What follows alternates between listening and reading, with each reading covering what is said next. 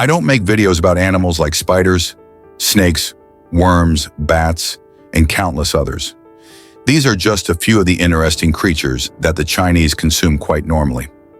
Chinese cuisine, often considered the richest in the world, is a culture that can combine things you could never imagine into a meal. Why is this the case? Some of you might wonder, did they resort to eating these things because there's nothing else to eat? Actually, there is a much deeper and more painful reason behind this. I don't think people like us could ever truly understand it, because none of us have ever had to eat our deceased family members. It's the late 17th century, and the Ottoman Empire has reached its greatest territorial extent. The combined population of the dozens of countries that have become part of this massive empire was around 30 million, which was quite a significant number for that time. But do you know what China's estimated population was during the same period? It was about 130 million. In short, whenever you look at any period in human history, you'll notice that China's population has always been much larger compared to other countries, even despite the massive purges it has gone through. We don't know exactly why, but of course we can make some educated guesses. China is one of the largest countries in the world, with very fertile land. And thanks to its climate diversity, agriculture has always played a very important role. Due to this abundance, food production and population growth have consistently been higher than in neighboring countries. However, while a large population offers many advantages, it has also always been a threat hanging over the country like the sword of Damocles. A population can be a tremendous strength if managed well, but with the slightest disruption, it can become a self-destructive risk. So how were the Chinese able to successfully manage this massive population for thousands of years? The answer is simple: with food and an iron fist. In strict authoritarian systems, especially peasants are often seen as little more than robots, and throughout Chinese history, we can see how they were sometimes subjected to production quotas that were strictly enforced. Peasants who couldn't meet the state's required production levels would either be punished or have their allocations reduced, which of course led to the death of many. For this reason, peasants were forced to work frantically just to survive. This style of governance, over the centuries, became a force that constantly threatened the Chinese people with starvation, pushing them to work and obey under the threat of hunger. Now you might be thinking, why don't these people revolt against such oppressive rule? Here's where it gets really interesting. When we look at Chinese history, yes, we do see some uprisings, but compared to revolutionary uprisings in other countries, I think these have been rather shallow, and the harsh pressure on peasants has always remained. There's also an intriguing theory related to this. Although it's not scientifically proven, some researchers argue that the way a society eats correlates with their likelihood of rebellion or war. For example, it's suggested that societies that consume a lot of red meat tend to be more war-prone and aggressive, while agricultural societies that rely more on vegetables and legumes, where access to red meat is limited, are less inclined to fight or rebel and tend to be more obedient. Again, this hasn't been fully scientifically proven, but looking at history, it does seem somewhat logical. So how do we connect all of this to the present day? Now, understandably, some of you might be thinking, thousands of years have passed. Techniques have advanced, food production has increased. Why are these people still acting like they're stuck in famine? What kind of hunger is this? Well, this brings us to an event that I believe has shattered the Chinese people's psychology and, in my opinion, wiped out all notions of ethics and empathy: the Great Famine under Mao. Mao Zedong is considered one of the most egoistic leaders in history, and he is one of the clearest examples of what can happen when such a personality is given enormous power.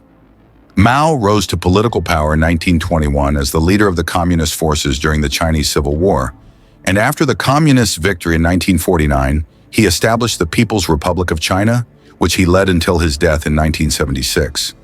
In 1958, he initiated the Great Leap Forward, aiming to transform China into a more modern, industrialized nation. At first glance, this goal might seem noble, but in reality, the process was disastrous. Mao created massive industrial cities and formed communes. In these communes, people lived and worked in state-controlled factories, receiving food as payment just enough for survival. Those who refused to work were essentially faced with a threat: either continue working in the factories or risk being excluded from the system and perish. During this period, people were expected to focus on only two things: industrial production and food production. Anything beyond that was unacceptable. In 1966, Mao launched the Cultural Revolution, a movement aimed at erasing the past, culture, and identity of the Chinese people. Under the guise of modernization, this was a direct attack on one of the oldest civilizations in the world. Everything associated with the old culture was destroyed. Every object, every book, and every piece of traditional knowledge. Artisans, old teachers, and those who advocated for traditional values were sent to labor camps. Many were killed, and others were forced to live in these camps. This period left both physical and psychological scars on the Chinese people. Mao's effort to erase their culture was not just the destruction of a civilization, but the annihilation of an entire people's identity. The trauma from this era left deep marks on the collective memory of the people, and its effects were felt in China's social and psychological fabric for many years to come. Incredible production quotas, pressure on people, and the gradual destruction of culture, a road with no clear destination. The glass was filled to the brim, almost overflowing, right? But this overflow didn't happen because the Chinese people said, "Enough is enough. People shouldn't treat each other this way." Remember, the Chinese don't typically revolt. The last drop that caused the overflow came from a much more unexpected source: sparrows. The year was 1958. We are in the era when Mao saw himself as a deity. Of course, this ignorant megalomaniac and his team noticed a simple observation. They saw little sparrows eating the grains that fell on the ground. They made a simple deduction and thought, sparrows are eating the grain, meaning these sparrows will eat the crops in the field, and we won't meet our production quota. This is where things escalated. The infamous Four Pests campaign was launched, and the order was given for all sparrows across the country to be hunted and killed. Could anything be more absurd? But it happened, and the people, now turned into mere robots, carried it out eagerly. Tens of millions of birds were slaughtered, and this event was celebrated as a great success. However, the horrifying consequences would soon unfold. After the sparrow massacre, the first harvest showed a slight increase in production, but it was minimal. Of course, Mao and his team thought this increase would continue in the future. But a different problem began to emerge. In what can only be described as a biblical-style catastrophe, an unimaginable locust and insect infestation began.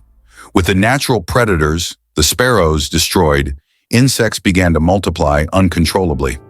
Rats, which fed on these insects, also proliferated, and the country was soon overrun by them. The destruction caused by this was beyond comprehension.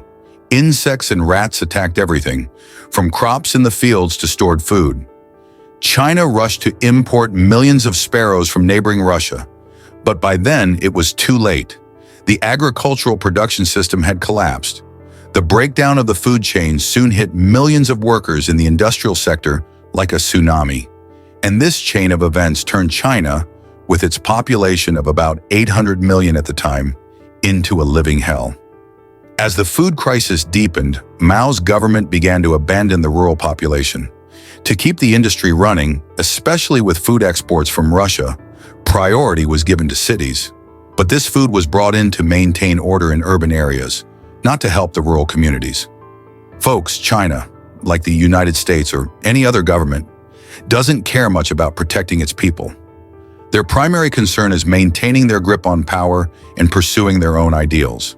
In difficult times, the first group to be sacrificed is always the public, especially the lower income segments. Don't forget this, because one day, unfortunately, you will remember it. The Chinese government, as part of this ruthless strategy, chose to stop food aid to the communes in the rural areas that were not meeting their production quotas. What followed was horrendous. People, starving, turned to consuming any living creature they could find in their area. Over time, livestock and wildlife collapsed in these regions. But don't imagine this consumption as a simple, civilized act of hunting and cooking. We're not talking about a few people here.